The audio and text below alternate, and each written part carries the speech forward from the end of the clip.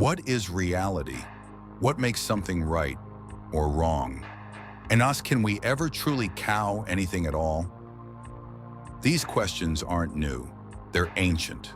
For thousands of years, humans have searched for meaning, truth, and wisdom.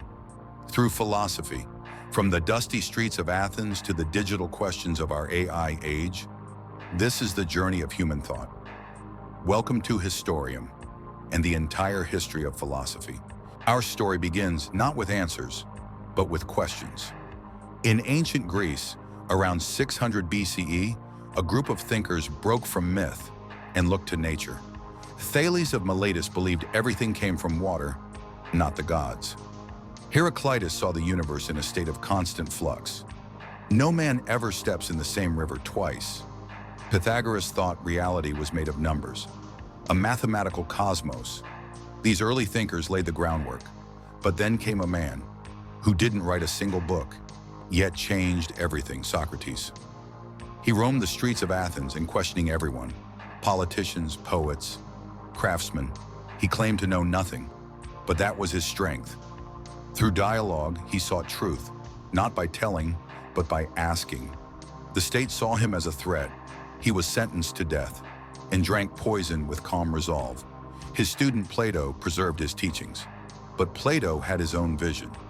He imagined a world of perfect, eternal forms, unchanging ideals of beauty, justice, and truth, more real than the messy world we live in.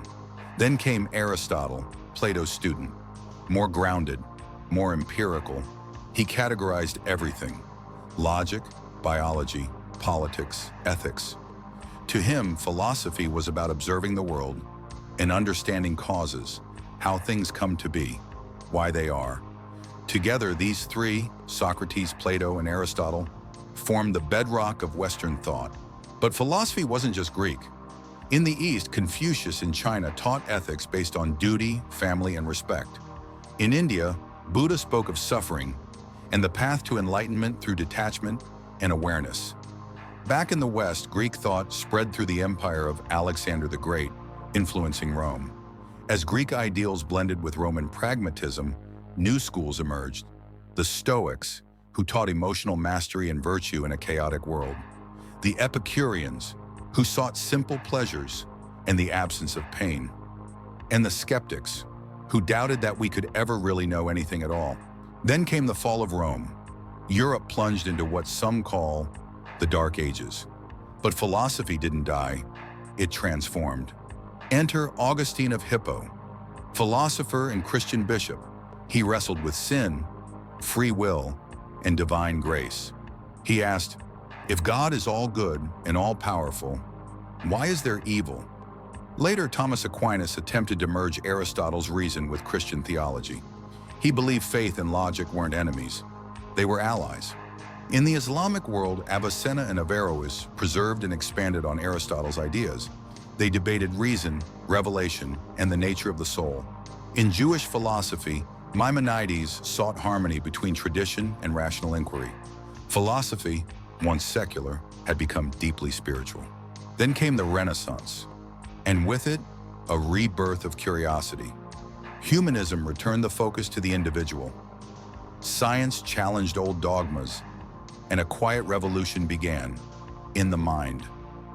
René Descartes, skeptical of everything, began from a single certainty: I think, therefore I am. He believed reason, not tradition, was the foundation of knowledge. He split the world into two: mind and matter, a dualism that still haunts modern debates on consciousness. Meanwhile, John Locke argued the mind was a blank slate, shaped by experience. David Hume, the ultimate skeptic, questioned causality itself. Just because the sun rose yesterday doesn't guarantee it'll rise tomorrow. These debates fueled the Enlightenment, an era obsessed with liberty, progress, and reason. Voltaire attacked dogma with wit. Jean-Jacques Rousseau warned that society corrupts the innocent human, and Immanuel Kant, perhaps the most influential of all, tried to reconcile reason and morality. He argued that we never know the world as it is, only as we experience it, filtered through space, time, and the mind. And that morality isn't about consequences. It's about doing what's right, because it's right. In the 19th century, the ground shook again. G.W.F. Hegel saw history itself as a dialectic, a grand conversation of opposites shaping the world. Karl Marx took Hegel's ideas and gave them revolutionary fire. He saw history as class struggle and believed philosophy must not just interpret the world, but change it. Meanwhile, Nietzsche exploded onto the scene like a thunderclap. God is dead, he declared, not with joy, but with warning. Without divine order, how will we find meaning? He urged us to become Übermenschen, people who create their own values in a meaningless world.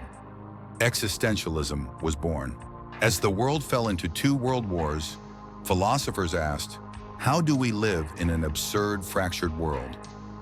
Jean-Paul Sartre said we are condemned to be free, no essence, no purpose, except what we create. Simone de Beauvoir explored freedom, ethics, and the origins of feminism. In parallel, analytic philosophers like Bertrand Russell and Wittgenstein dissected language itself. If we can't define things clearly, can we even talk about truth at all? Then came postmodernism. Michel Foucault challenged power, knowledge, and institutions. Jacques Derrida unraveled meaning itself.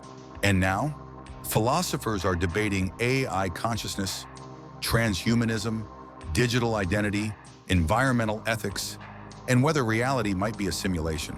Philosophy hasn't died. It's evolved, shaped by war, technology, and humanity's deepest fears and greatest hopes. So, what is philosophy? It's the art of asking dangerous questions. It's the mirror we hold up to ourselves. It's the never-ending quest to understand what it means to be. Thanks for joining us on this journey through thought, time, and meaning. This is Historium, and the story continues.